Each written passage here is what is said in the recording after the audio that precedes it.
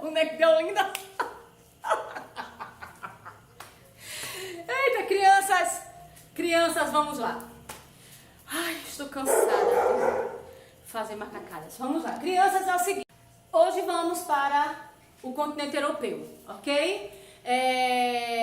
Vocês vão ter surpresa porque eu vou colocar lá no Sala Google chamada oral. Começaremos essa unidade com mega surpresa para vocês. Vocês vão ter que estudar 50 países. Vou dividir em 25, 25, ok? 25 na primeira chamada, 25 para a segunda chamada, ok? Vocês pensam que ficarão sem fazer nada? Estão enganados.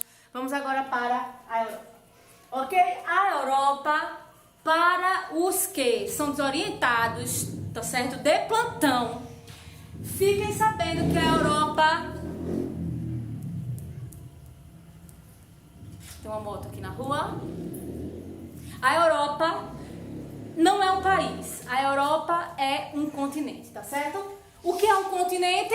É um conjunto de países. Eu não sei nem por que eu tô falando isso, porque vocês já são, né, espertos demais, já sabem de tudo isso. Então vamos lá.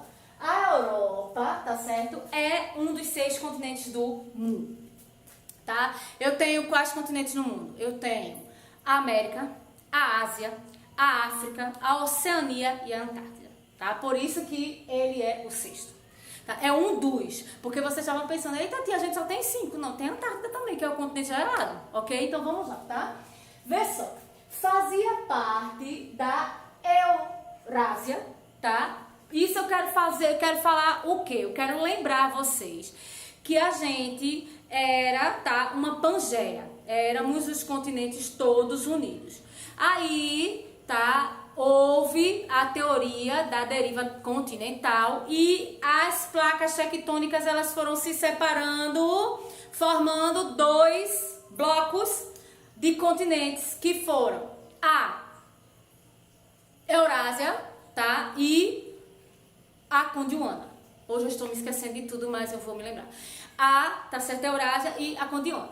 A Eurásia, tá, que é o que a gente vai ver hoje, ela se chama assim porque ela é praticamente uma massa, tá certo? Uma massa continental, mas dentro dessa massa continental ela tem 2 continentes. Veja bem, o que é que eu quero dizer com isso? Eu quero dizer que os outros continentes, né, como o caso da Gondwana, eles foram se separando. Então a América é separado da África, tá? A África é separado da Oceania, a Oceania é separada da Antártida. A Europa, tá, e a Ásia, elas não sofreram essa separação, elas ficaram unidas, por isso que eu digo que é uma massa continental só. Mas a separação delas é através de quê? De fronteiras, tá? Fronteiras artificiais, que são placas, tá? Dizendo aqui acaba a Europa, ali começa a Ásia, tá? É assim. Então vamos lá, tá? É o segundo menor continente em superfície, tá? Isso ocupa, né, no caso, a extensão do continente europeu é de 10.180.000 quilômetros quadrados, ocupando mais ou menos aí 7% do território, ok? 7% do território, mais ou menos por quê? Porque é 6,8, então eu botei um número arredondado, para não ficar dando bug na cabeça de vocês, mas é mais ou menos 7%, tá? Possui 50 países, cada uma delicinha, que vocês vão estudar, ok? Que titia vai fazer o quê? Chamada de vídeo. Então vamos lá, tá? 50 países, o maior é a Rússia, tá certo? O menor é o Vaticano.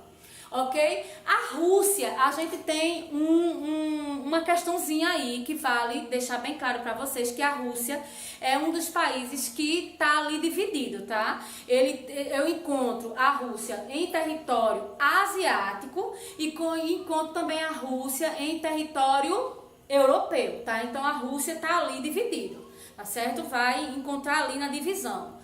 Metade da Rússia, um tiquinho da Rússia na Ásia e um tiquinho, a maior parte dela na Europa, tá bem? Então vamos lá.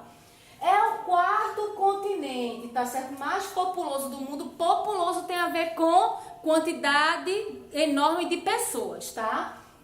Então, perde para outros continentes, né? No caso, a América, África e Ásia, tá? Não nessa ordem, né? Seria de cima para baixo, né? Populoso, ó. Ásia, África e América. Preste bem atenção, eu tô falando, cuidado para não dar o bug na cabeça e sair, tá? Misturando tudo, tá bem? Veja bem, vamos lembrar, ele é um dos 6 continentes do mundo, tá? Porque existem outros, eu citei aqui para vocês, tá? Faz parte da Eurásia, tá certo? Foi naquela divisão da Pangeia, lembra lá? Aí eu tenho a Eurásia e tenho a Gondwana, ok? É o segundo menor continente em superfície, ou seja, em tamanho, é o segundo menor, tá?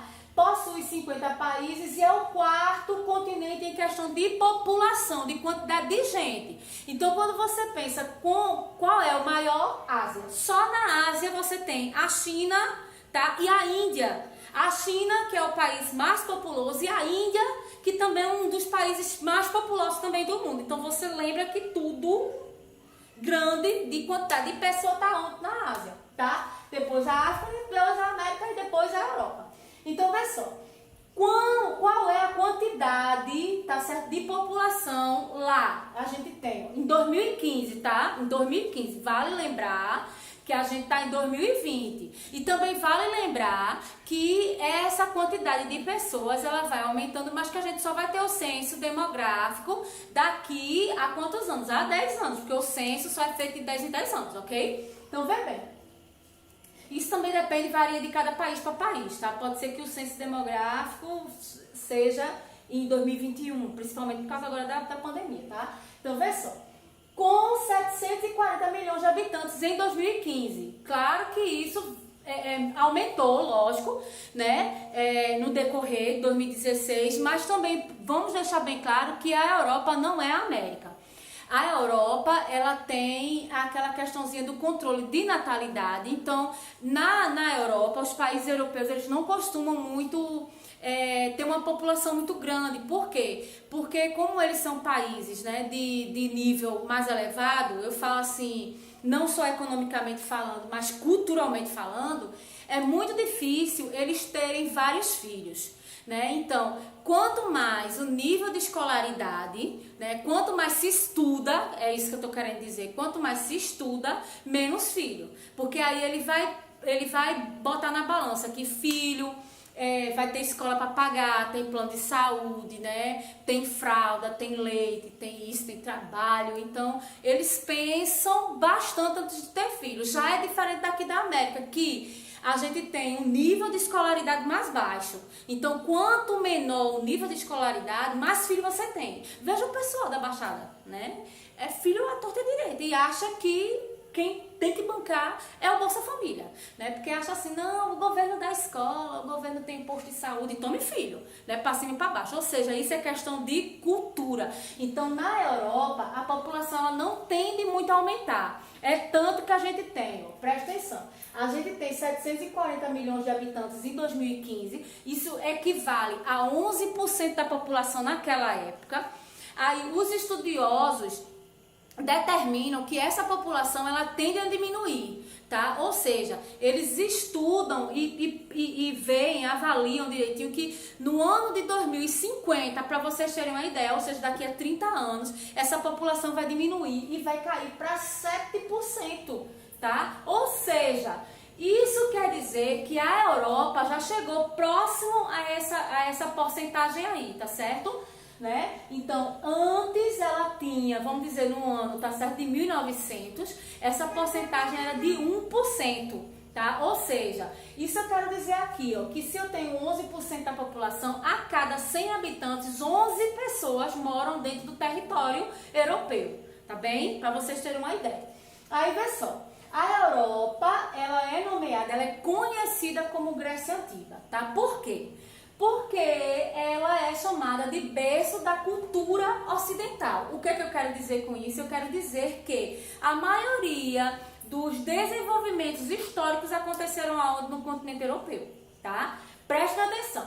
No século XV a gente vai ter, né, o desenvolvimento da navegação, então eu vou ter grandes navegações. Os países como Portugal, Espanha, Inglaterra e França, indo para onde? Para o mar, atrás de quê? De novos territórios, que é chamado imperialismo. Século XVI, a gente vai ter, século XVI, século XVII, né, 15, 16, 17, a gente vai ter o Renascimento, aonde? Na Itália, né? A gente vai ter século XVIII, século XIX, outras, vamos dizer assim, outras explosões, né, de revoluções, como por exemplo a Revolução Francesa.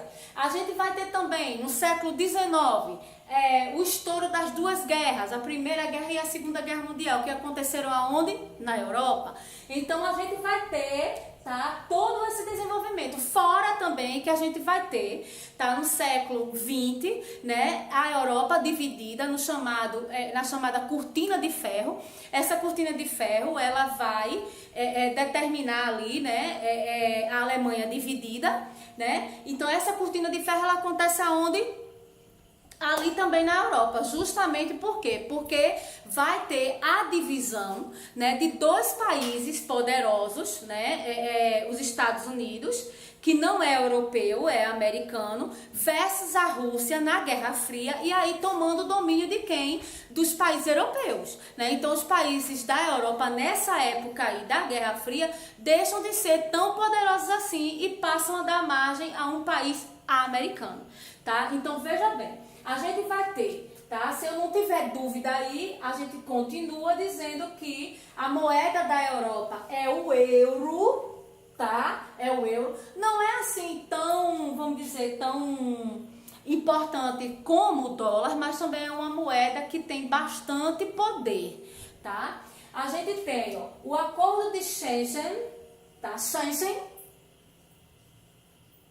ele vai abolir, tá, o controle da imigração, essa imigração sendo ela bastante forte, né, ou seja, vamos dizer assim, o controle dessa imigração de pessoas que entram e de que saem, só que essa imigração ela é permitida principalmente para os países, tá, membros da União Europeia. Então, o que é que eu quero dizer? Que os países que fazem parte da União Europeia é permitido a entrada e a saída sem precisar de passaporte, tá? Então, é aquela historinha que eu sempre falo lá na sala de aula, que os próprios países da Europa que são membros, tá? Que fazem parte da União Europeia, podem viajar